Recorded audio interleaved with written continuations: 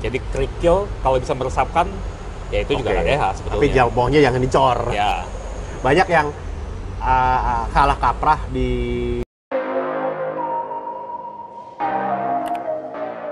Halo rekan-rekan, kita ketemu lagi di Unatubes. Kita masih membahas mengenai regulasi bangunan. Ya, memang banyak banget ya regulasi bangunan itu. Setelah sebelumnya kita bahas KDB dan KLB, kali ini kita akan bahas yang terkait dengan area terbuka lahan hijau, yaitu KDH. Koefisien dasar hijau. Oke. Kita masih pakai contoh kasus yang sama ya dengan yang sebelumnya. Ya, biar masih nyambung. Ya. Oke. Ya, kita jadi langsung lihat. Kalau rekan-rekan masih ingat ya, sebelumnya kita punya kasus lahan untuk rumah tinggal luasnya 100 meter persegi. Kemudian sebelumnya kita punya KDB 60%, KLB 2 gitu ya. Kalau rekan-rekan ada yang terlewat untuk episode itu bisa lihat nonton di sini. Ya, nonton episode pembahasan mengenai KDB dan KLB. Nah, sekarang kita membahas mengenai KDH. Jadi ini saya hapus dulu. Kalau KDH itu sebetulnya esensinya adalah mengenai resapan. Jadi kata hijau di sini bukan artinya dicat hijau, Bukan hijau-hijau begini juga ya. bukan hijau. Yang ini nih. Hijau nih sebenarnya nih. Jadi esensinya ada resapan. Kenapa saya sampaikan demikian? Supaya rekan-rekan tahu ketika membuat rancangan bangunan itu mana yang bisa dianggap sebagai KDH, mana yang tidak. Saya kembali lagi ke gambar layout lahan untuk rumah yang akan kita jadikan studi kasus ini. Jadi luas lahannya 100 meter persegi. Nah, kalau KDH itu angkanya dalam persentase, jadi seperti KDB. Biasanya pada umumnya itu KDH kalau seperti di Jakarta itu 30%. Nah, kalau KDB dan KLB ini kan angka maksimal. Kurang boleh, tapi kalau lebih tidak boleh. Kalau KDH itu kebalikannya. Itu adalah syarat minimal. Jadi kalau misalnya KDH 30%, itu berarti itu sama. Ini adalah menyatakan luas minimal daerah hijau resapan yang dihitung berdasarkan lahan kita, luas lahan kita. Jadi kalau kita punya KDH 30%, itu artinya luas lahan kita 100 meter persegi dikali 30%, berarti 30 meter persegi. Ini adalah luas minimal daerah resapan, daerah hijau pada lahan kita. Jadi karena sifatnya resapan, itu kalau misalnya seperti carport ya, yang ditutup dengan misalnya granit atau batu alam, terus kalau jalan setapak, perkerasan, teras yang ya dengan granit atau keramik atau apapun yang sifatnya tidak meresapkan, air hujan tidak bisa langsung meresap ke dalam tanah, itu tidak termasuk dalam KDH. Kalau misalnya kita menggunakan seperti kerikil yang di bawahnya itu ada langsung tanah, jadi bukan dicor, itu masih bisa dihitung KDH. Kalau menggunakan rumput jelas, itu langsung bisa menyerapkan. Taman, rumput ya. Rumput bener ya? Rumput Bukan benar, sintetis betul. ya? Ya, jadi bukan rumput sintetis yang bawahnya dicor beton. Makanya di sini esensinya bukan hijaunya, tetapi Bukan hijau resapan. warna ya? Iya, bukan hijau warna, tetapi resapannya, dan bukan rumputnya, tetapi lebih ke resapannya. Terus kalau rekan-rekan tahu material grass block ya, seperti paving block yang buat di taman, tapi dia bolong-bolong, ada rumput bisa keluar dari lubang-lubangnya tersebut, itu bisa dihitung sebagai KDH juga, tetapi dihitungnya 50%, jadi tidak full dihitung 100%. Artinya begini, kalau misalnya kita punya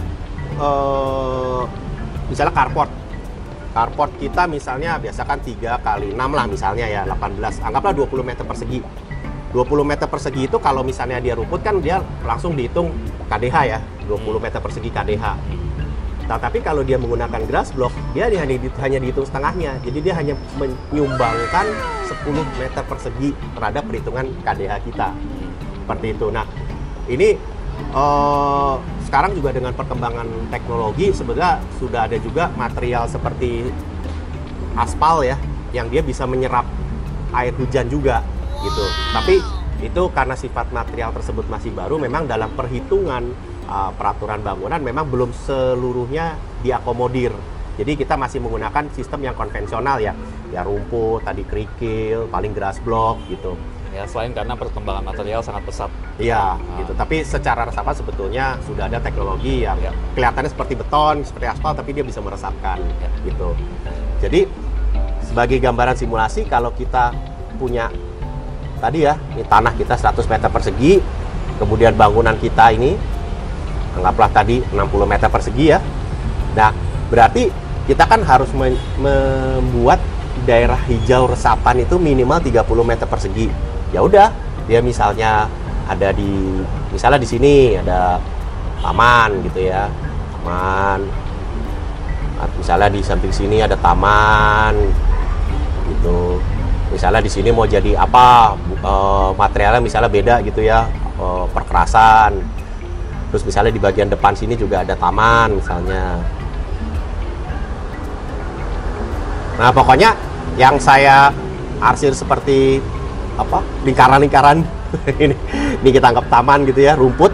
Pokoknya ini di total minimal harus 30 meter persegi gitu dah. Jadi nggak harus 30 meter persegi ini tuh berada di satu titik ngumpul, gitu. Terpisah-pisah nggak apa-apa. Yang penting totalnya minimal 30 meter persegi gitu. Dan ini sekali lagi karena dia syarat minimal, lebih besar lebih baik, kalau kurang nggak boleh. Sebetulnya KDH ini jangan dianggap sebagai suatu beban ketika merancang. Ini sebetulnya punya misi mulia untuk menjaga kualitas dan kuantitas air tanah kita. Karena seperti kita ketahui, kita ini mengalami defisit kuantitas dan kualitas air tanah, di mana itu terjadi karena banyak sekali perkerasan baik di dalam tafling rumah, di jalanan dan sebagainya. Akhirnya banyak sekali air hujan yang jatuh ke tanah itu tidak meresap ke tanah, tetapi larinya ke selokan. Nah, dengan kita membuat KDH ini, itu bisa menjaga muka air tanah kita, kualitas dan kuantitas air tanah kita itu tetap baik. Ini juga ada efeknya juga meminimalisir efek penurunan muka air tanah gitu. Seperti kalau kita ketahui, kita juga banyak dengar pemberitaan gitu ya, bahwa di Jakarta maupun di kota-kota lainnya di seluruh dunia gitu mengalami penurunan muka air tanah, ya salah satunya karena defisit dari jumlah air tanah gitu. Karena ini kan ibarat seperti kalau tanah itu kita anggap seperti busa gitu ya. Kalau dia terisi air, maka dia cenderung lebih padat. Di atasnya kita taruh bangunan, dia cenderung lebih bisa menahan beban bangunannya.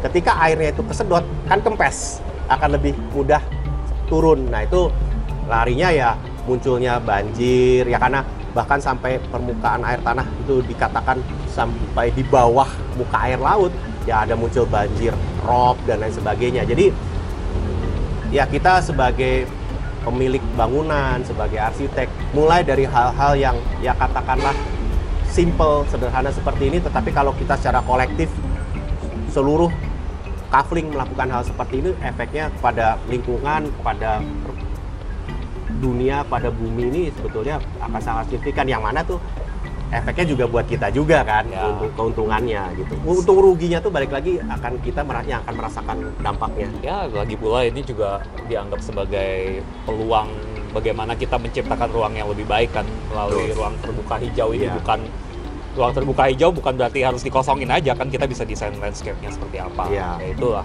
peran kita. Ya. Yang penting hijau bukan artinya warnanya hijau, tetapi resapan ya. Jadi bukan rumput sintetis. Ya, gitu. Ya. Oke, KDH secara umum udah lumayan paham lah ya. Kita udah cukup mendetail nih. Tapi seperti sebelum-sebelumnya kan ada kasus khusus juga terkait KDH ini. Nah, kalau kita lihat di sini kan, kalau depannya taman, sampingnya taman, belakangnya taman, berarti ini kosong nih. Kosong. Nggak ada bangunan. Nggak ada bangunannya. Ya. Nah, kalau hal itu sebenarnya kan ada terkait poin lain mengenai regulasi ya. Itu perhitungan KDH-nya juga agak beda nih kalau kasusnya seperti itu. Misalnya, ada satu lagi, kalau ada overstack, ada teras atau ada balkon, tapi bawahnya rumput. Lantai 2-nya nongol gitu ya. Lantai 2-nya nongol, tapi bawahnya ada rumput sedikit gitu. Itu kan hitungannya beda lagi. Gimana tuh? Kalau itu sebetulnya ada ketentuannya tuh tergantung dari sudut. Jadi mungkin saya gambarkan di sini ya. Jadi kalau supaya ini nggak perlu dihapus. Jadi kalau kita punya bangunan, ini kalau secara dari tampak depan gitu ya, atau bangunannya kita potong gitu. Pohon, ada orang gitu. Nah, ini kan ceritanya seperti ini kan ya. Ini rumput, tapi atasnya bangunannya nongol gitu ya. Dan ini sebetulnya ada ketentuan nih sudutnya. Jadi tidak serta-merta itu tidak dihitung KDH, tapi juga kalau mau dihitung sebagai KDH ada syaratnya gitu. Ini terkait dengan sudut. Nah, ini harus dilihat secara case by case.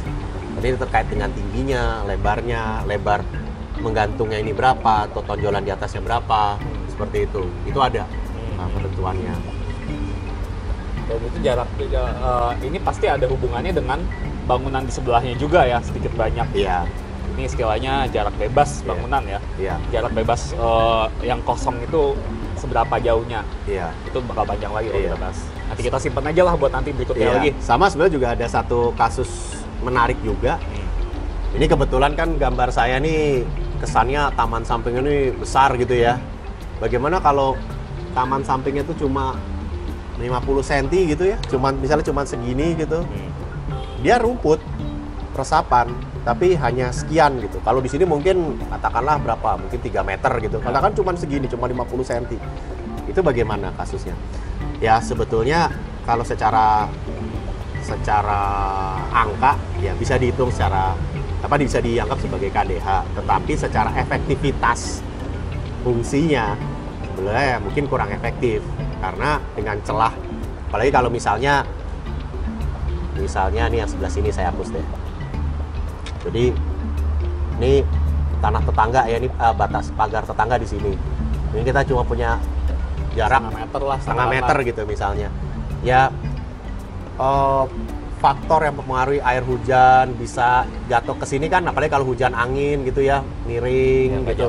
Ya juga. jadi nggak 100% air hujan itu yang jatuh ke tanah tersebut. Ya selain itu juga kalau dengan celah yang tidak terlalu besar ini juga kurang tepat juga kalau ditaruh rumput ya, karena nanti rumputnya akan sulit hidup karena cahaya matahari yang masuk ke sini jadinya tidak banyak juga. Apalagi kalau bangunan tetangga kita juga tinggi gitu ya, 2 lantai atau bahkan 3 lantai. Nah ini kan jarak untuk masuknya cahaya matahari kan terlalu kecil. Jadi bisa dikatakan rumputnya itu cuma kena cahaya matahari sekitar jam 12 siang aja gitu. Sedangkan ya seperti kita ketahui ya tanaman butuh cahaya matahari, hanya beberapa jenis tanaman aja yang bisa hidup tanpa cahaya matahari. Nah itu akhirnya nanti rumputnya mati dan lain sebagainya. Maka kalau dengan celah yang tidak terlalu besar seperti ini, lebih disarankan menggunakan model kerikil. Jadi yang tidak terlalu ada vegetasinya lah, tidak terlalu ada tanamannya, lebih ke kerikil. Seperti itu. Jadi dia tetap sebagai resapan, tetapi bukan merupakan elemen yang membutuhkan cahaya matahari. Sekali lagi ya, KDH itu yang bisa meresapkan, bukan yang hijau-hijau. Iya. Jadi kerikil kalau bisa meresapkan, ya itu juga KDH sebetulnya. Tapi bawahnya jangan dicor. Ya. Banyak yang salah kaprah di bawah kerikilnya tuh dicor. Nah itu akhirnya tidak menjadi resapan. Atasnya sih kelihatannya kerikil ya, kerikil tabur gitu. Ya itu, tapi karena buahnya dicor ya tidak jadi resapan. Apalagi kalau yang kerikilnya di semen yang fix, nah itu udah pasti bukan KDH, bukan resapan. Demikian soal KDH. Kalau dari rekan-rekan kira-kira ada yang mau didiskusikan, ada yang mau ditanyakan, ya tinggalin aja komentar di sini. Nanti kita diskusi bareng-bareng mengenai KDH ya. Sampai ketemu lagi di konten berikutnya.